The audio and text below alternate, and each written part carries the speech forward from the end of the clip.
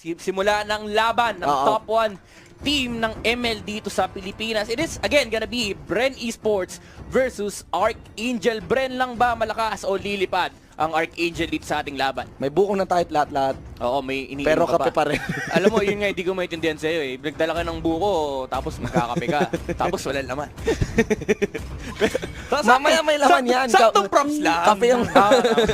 Kape lang naman yan. Lalagyan ko ng kape, no? Yun ang pinakamalakas kong trip na Alam nagawa ko sa mo buhay ko. kanino nang galing yan? Ano? Kanino? Kay Manjin. Oo. Ay, siya bumili? Kaya nga wala siya sa shoutcast ngayon eh. Nag-change of career. Nagbibenta ng buko. Pagtingin ko sa baba, nandyan lang pala si Manjin. Nakala ko kung saan pumupunta. Alam mo tawag doon? Method acting. Method Kasi acting. ba summer yung theme ng MPL. Hintayin nyo pagdating ng Grand Finals, may magbebenta ng buko sa inyo. Si Manjin Shoutcaster yun.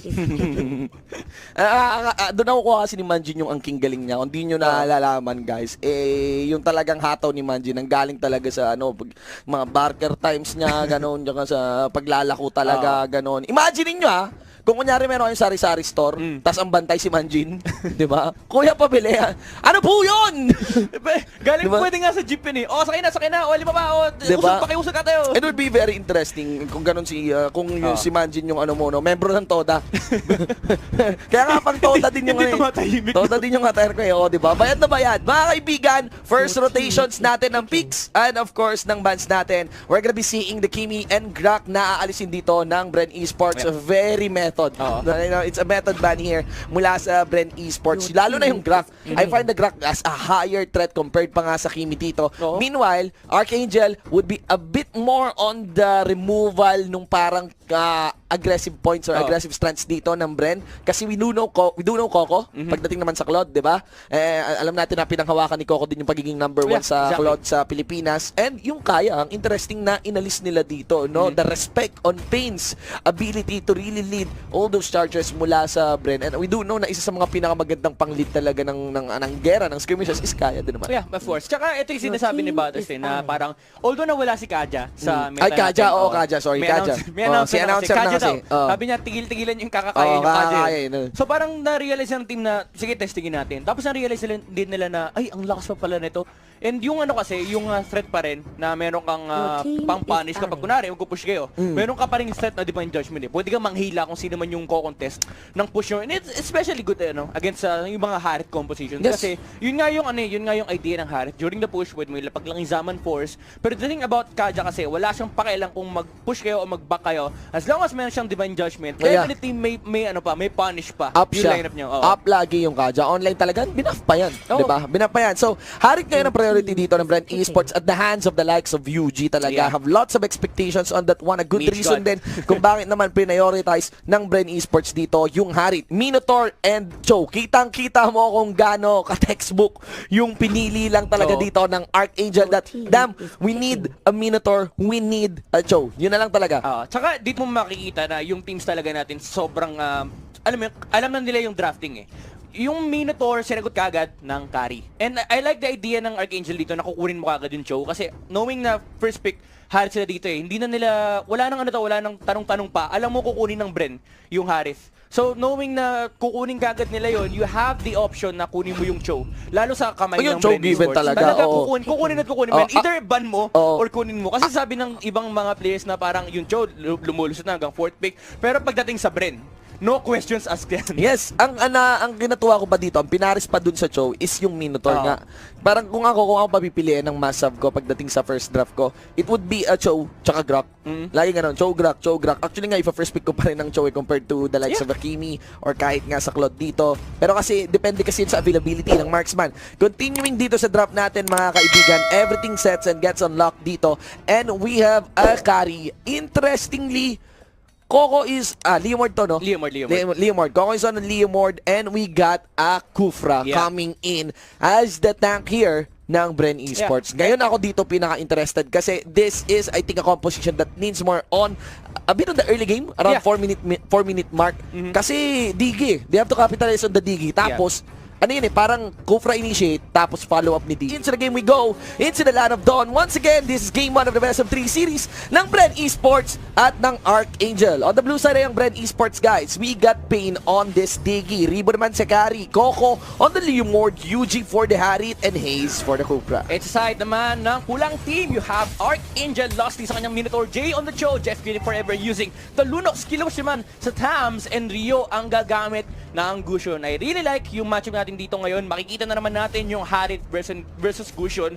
Sa totoo lang, personally, I feel like si Gusion na lang yung nag-iisang mage talaga na kaya kumontes ng early game rotations ni Harit dito. And I really like na ArkAngel kasi ginagawa din nila to eh. Kahit last week nakita niyo yan, si Rio gagamitin yung Gusion kapag may lumabas na Harit. So ArkAngel, definitely in a comfortable place right now. Alam nila kung paano gagamitin yung lineup nila against the Harit ni UG. But I think it would be very accurate and I think a lot would agree to me na mas madali din talaga gamitin din kasi yung Harit dito, for no? sure. Pero mas mataas yung ratios ni Gusion. Yan din kasi sinasabi mo. Assuming everything is on the level of professional play, kung saan lahat ng spells tumatama, doon talaga lalamang si Gusion dito pagdating doon sa Harit. Kasi yung potential damage na pwede niyang ma-deliver once all those blades landed onto your face at point blank range upon cast and of course upon return, it would be mapped. Zaman Force kaagad, sobrang bilis. 1 minute 46, grabe. Level 3 pala yung mga kalinyo, pero hindi niya tatantaran yan. Unfortunately, matatapos na yung Zaman Force. And tamang poke damage lang dun sa top lane ng ArkAngel. Wala laban, walang Zaman Force. Ayan, Eugene na knock-up. Pero hinahabol nila si Pain. Hindi nila mapatayan though. Pero the priority is on the Harit. Medyo greedy lang yung ArkAngel doon. Pero at the very least, na-force yung pag-back out and kukunin nila kagad yung turtle. I did not see Jay there casting the Way of the Dragon. His screen that is actually marked black here. So hindi ko nakita yung pagsipa yata dito kay UG. It doesn't look like nasipa si UG dito. Kasi kung nasipa si UG dito, ang daling sana ma-follow up si Pain yun. si Pain yung nilayo niya eh. Si Diggy. Si Diggy. Si Diggy yung sinipa? Si Diggy yung sinipa si Diggy pala yung nasipa. Kaya naman pala. At of course, yung distance ni Diggy kasi dito alanganin na mas malapit pa nga si Pain dito. So wala pa namang first blood, pero clearly the turtle in the hands here of ArkAngel. Tsaka medyo useless din kasi kaya gusto ko yung ginawang play ni Jay na ang kokontrol niya si Diggy. Kasi kapag kinontrol niya si Hat, useless kasi lalabas yung times journey. And widely considered kasi na choke counter talaga to si Diggy.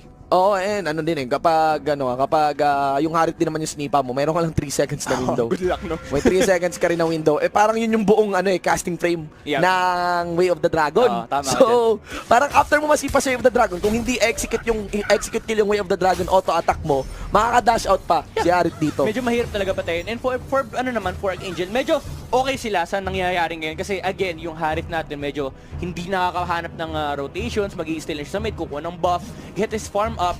But the thing is, yung lineup kasi ng ArkAngel dito pagdating ng mid-game, dyan nahahapyaw yan. Tignan natin. Let us enjoy, of course, this game as we enjoy ourselves, our own summers, mga kanya-kanya nating bakasyon. Binabati ko nga pala yung mga nag-file ng mga leave, mga bandang pa lang, Monday, Tuesday, Wednesday. Kasi yung Holy Week, ang official holiday starts at Tuesday, Thursday and Friday. Diba? So, yung iba may mga work pa dyan.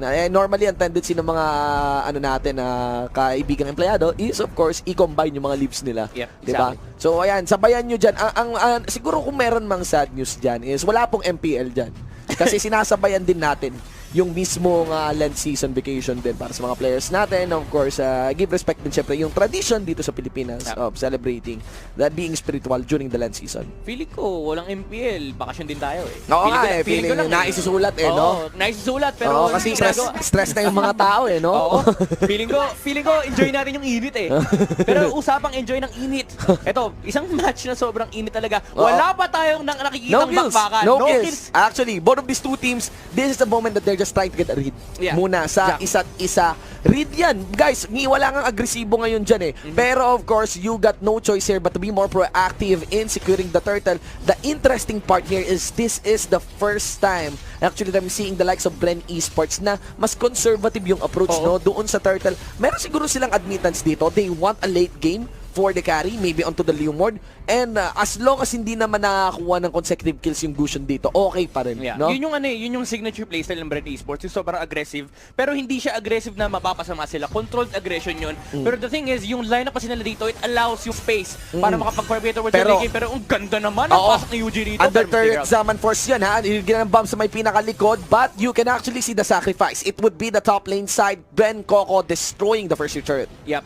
Immediate control Oo. lang pero napakagandang Phantom Steed mula kay Coco and Ganda. mahuhuli nila si Lusty dito. Grabe Hiwa-hiwalay kayo. Dito kami lalaban. Bren Esports dito nag-ahabol pa and this is likely gonna be a push. It is a tier 1 turret sa may middle lane and Jay. Hindi kumulit. Nako, hindi nahagip at hindi nasundot pero ng si tinidor. Dito, ni Harit mga kaibigan. Now let us see lots of hits coming in from the Beating Light Wolves and the passive here of the carry. Pero again, Coco on that play, being patient, waiting out for the Lunox to just come in. Oo.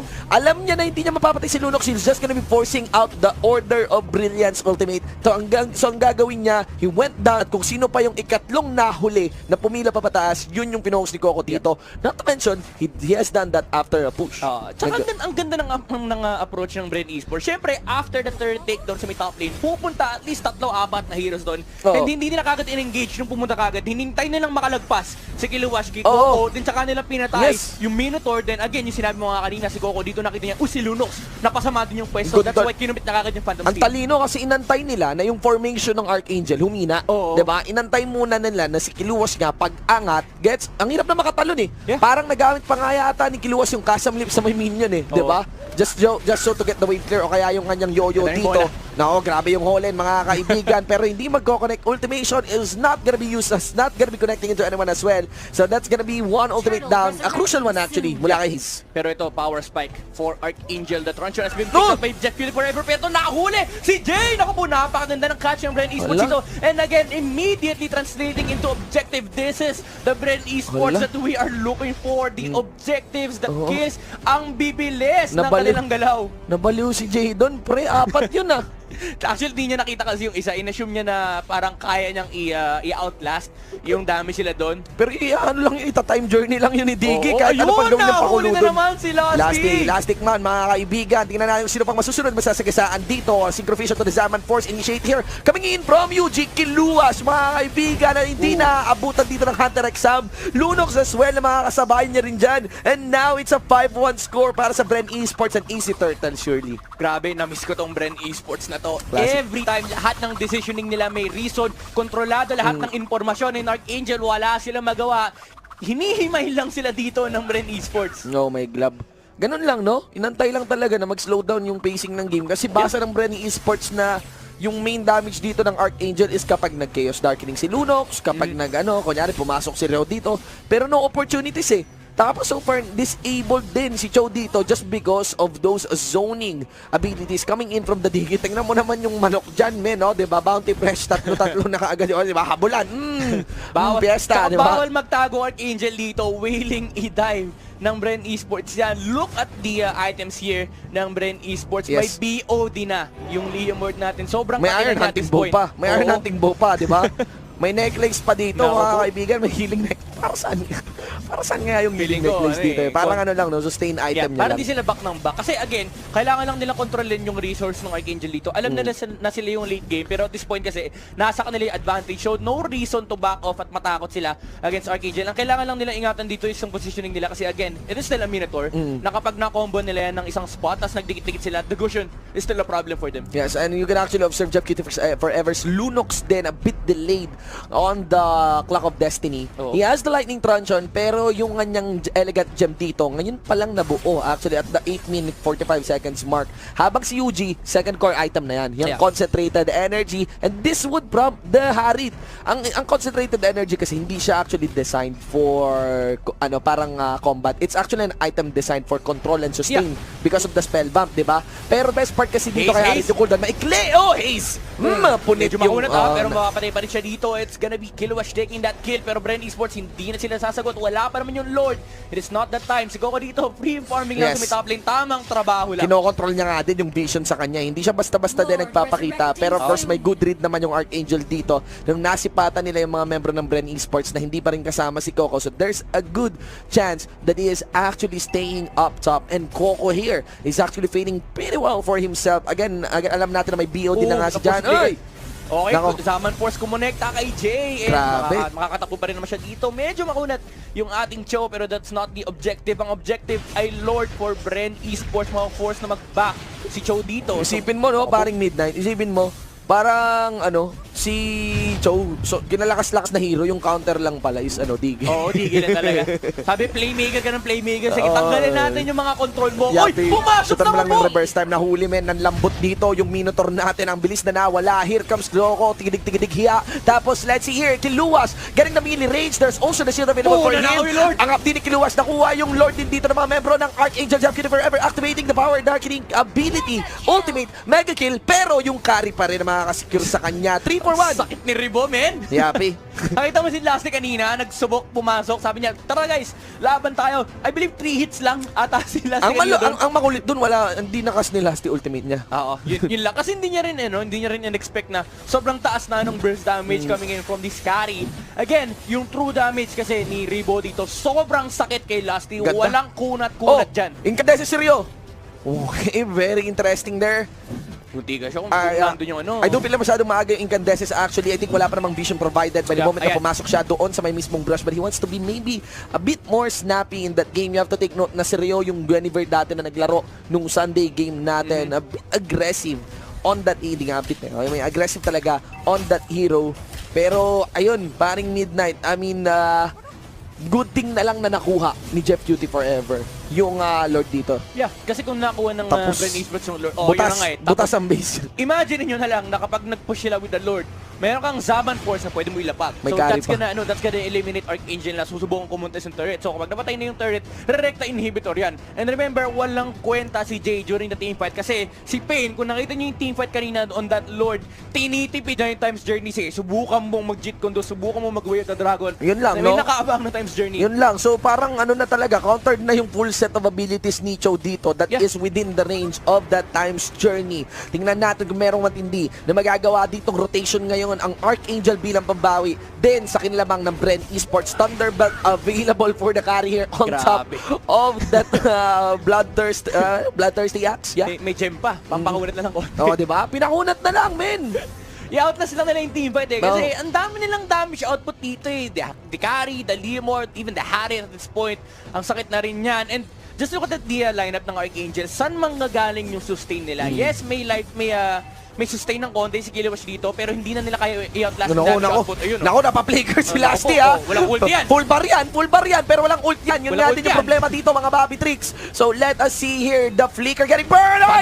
Nahagip dito ng Phantom Steam pero ang hapdi pa rin ng mga blade din mula kay Rio. Tingnan natin kung sino ang mapapalayo. It's gonna be Jay here, staying into the bottom lane side. They have a good read. Napansin nila wala yung Cho. Recall out. Si Jay. Nako po, mukhang hinaram ng ArkAngel si KTD. Pero hindi yan battle type na Cho. And again, Bren Esports just controlling the information needed here. Pero magkakaroon muna tayo ng pause as minion wave. Malupit kasi may wifi yung mga beach doon, di ba? Mukhang masarap matindi na yung mga beaches ngayon. Sa beach na kayo mag-ML. Doon na mismo habang lumalangoy kayo nag-ML kayo. Bili kayo ng waterproof na phone. Sobrang ML na ML, no? Literal na ML na ML, no? Okay lang yan guys, pero ang ML, andyan lang din naman yan. Yeah. Tulad ng MPL, hindi yan mawawala mga Bobby Tricks. So, kapag kayo may bakasyon, spend time. Kami hindi kami nagbabakasyon. Spend time with your loved ones. Tapos, ang gawin nyo, siguro kung mag-ML man kayo, ML together. Yeah. Maglaro kayo together. You know, ayun yung okay. Kahit bakasyon pa yan, hindi. Kasi syempre, hindi naman lahat afford talaga magbakasyon. Minsan, okay din naman na sa bahay na lang. Diba? Bili kayo ng tubig. Kahit relax lang kayo, diba? Bili kayo inumin. Bili kayo ng yelo sa labas, diba? Gawin yung bootcamp yung bahay nyo. Cook tsaka bakery lang. Pandigo ko lang, tinapay lang. Tapos, may pandigo ko tayo. Tapos, ano lang ngayon, data party lang ngayon, di ba? Ng 3 p.m. Imagine mo, kahit brownout, laban yan. Makakalimutan mo yung init ng panahon. Lalo na kung ano kayo, you're winning as a team. Di ba? Kayo ang mainit, hindi yung panahon. Sana lang di kayo malaki na ng mga Layla, di ba? Ng instant Leslie, gano'n. May kaibigan ako, nag-AFK, napalayla Napalayla.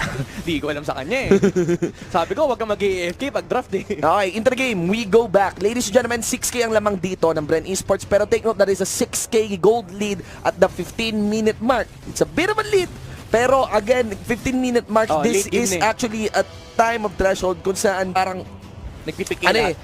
Teamfights kasi yung usapan dito. Medyo awkward yung pasok ni Hayes doon, ha? Pero it did burn. Jeff Cuties Forever orders ultimate. Yep. So, down yung isang insurance ni Jeff Cutie Forever dito. Habang si Coco naman, Tamang trabaho nape-pressure doon sa may bandang taas. Sumubok si Sumundot, iniwan yung Yoyo dito ni Kiluwas. You can actually see the damage delivered by Kiluwas Yoyo here towards Coco. Halos 40% ng buhay niya yung nasunog dito. Kiluwas just getting into the range. Grabe yung damage na nanggagaling din mula doon sa Digi. And I think it came from the Synchrovision as well. Yeah. Masakit na sila parehas actually, and ito lang yung problema ng ArkAngel. Ito- Hindi sila makahanap ng proper position. Ito na naman si ito na naman si Jay. Ano? Si German Cat. Cut na naman talaga. Ayan na naman tayo eh. Ay, nako. Nako. Ganyan talaga trabaho. Pero ngayon- tama ka na lang, tamang segue lang. Pero ngayon, inagahan niya na yung German Cat niya. Yeah. Mas maaga na. Hindi ka nakakapasok, no? Mas magandang maaga ka ma-German Cat kaysa kunyari matagal-tagal ka ng mahirap na yun. Oo. Pag na, mahuhuli ka na. makunat na. Yung minion.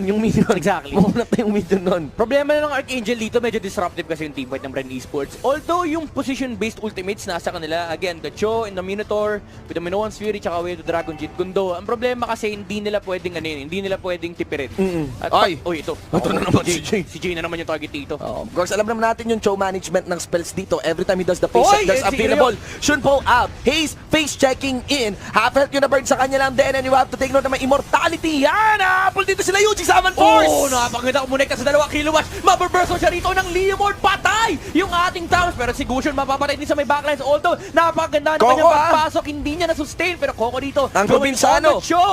And si Lunox na force rin yung Order of Villas. Oh! Naku po! Zaman Force! Kumonekta na naman sa 2. Yuji! Nahuli sila! Naku po! Beautiful Zaman Force! Very clutchy Zaman Force! And you have to take note that is a Zaman Force nakaka-cooldown lang. Yun nga yung sinasabi natin kaninang item. Naku Fleeting po. time kay Harit. Prolonged team fight Oh. for Bren Esports. Ayan o, Zaman Naku Force! po, patay! Zaman Force na naman! Lead season mga kaibigan, umuulan ng cross! O yun! At Time journey! Bawal ka mag-ulti! yan na nga mga kaibigan, this is Yuji, literal mage god, putting on the cross into the faces of ArkAngel, taking this game 1-0 para sa Bren Esports. Men! Grabe si Yuji. Tatlong Zaman Force! Yung 2 Zaman Force kumonekta sa 2. Wala pang Ash Wednesday, men. Nabaliw yung ArkAngel eh. Grabe. Yun yung sinasabi ko kanina, sobrang disruptive kasi ng teamfight ng Bren Esports. Kasi kung imagine mo, ipi-play out mo sa isip mo, paano papasok yung Minoan Fury? Paano papasok yung Way of the Dragon?